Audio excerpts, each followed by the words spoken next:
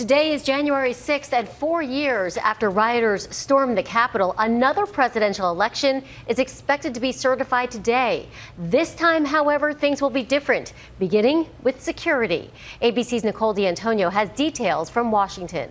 Nicole, good morning. And Allison, good morning to you. The U.S. Attorney's Office released new figures overnight showing authorities are evaluating more cases connected to the January 6th riot 4 years ago. Congress is set to certify Donald Trump's victory in the presidential election today, January 6th.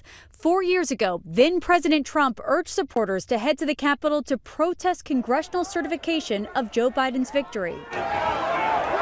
Nearly 1,600 people have faced charges related to the riot. Overnight, the U.S. Attorney's Office revealed it's evaluating whether to bring charges in roughly 200 new cases. Trump has promised to pardon some of the January 6th defendants. Senate Majority Leader John Thune is comparing Trump's potential pardons to recent pardons made by President Biden. As we've discovered under the Biden administration, the pardon authority is a very broad one. I mean, he's taken it to a whole new level.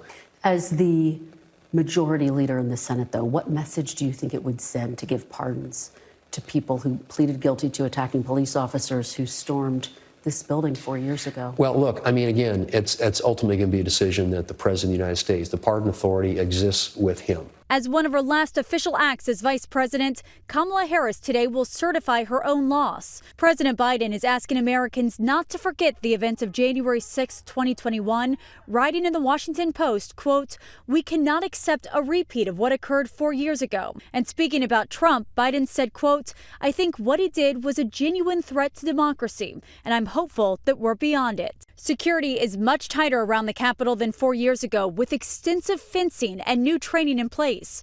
Law enforcement in Washington also preparing for the state funeral of former President Jimmy Carter.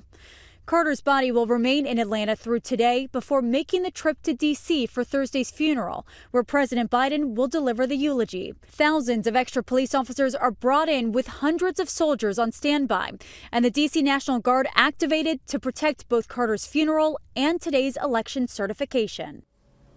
And now the snowstorm hitting Washington is not expected to affect today's events. Even if the government is closed, we expect the election certification to go forward. Andrew. All right, Nicole, for us in Washington. Thank you.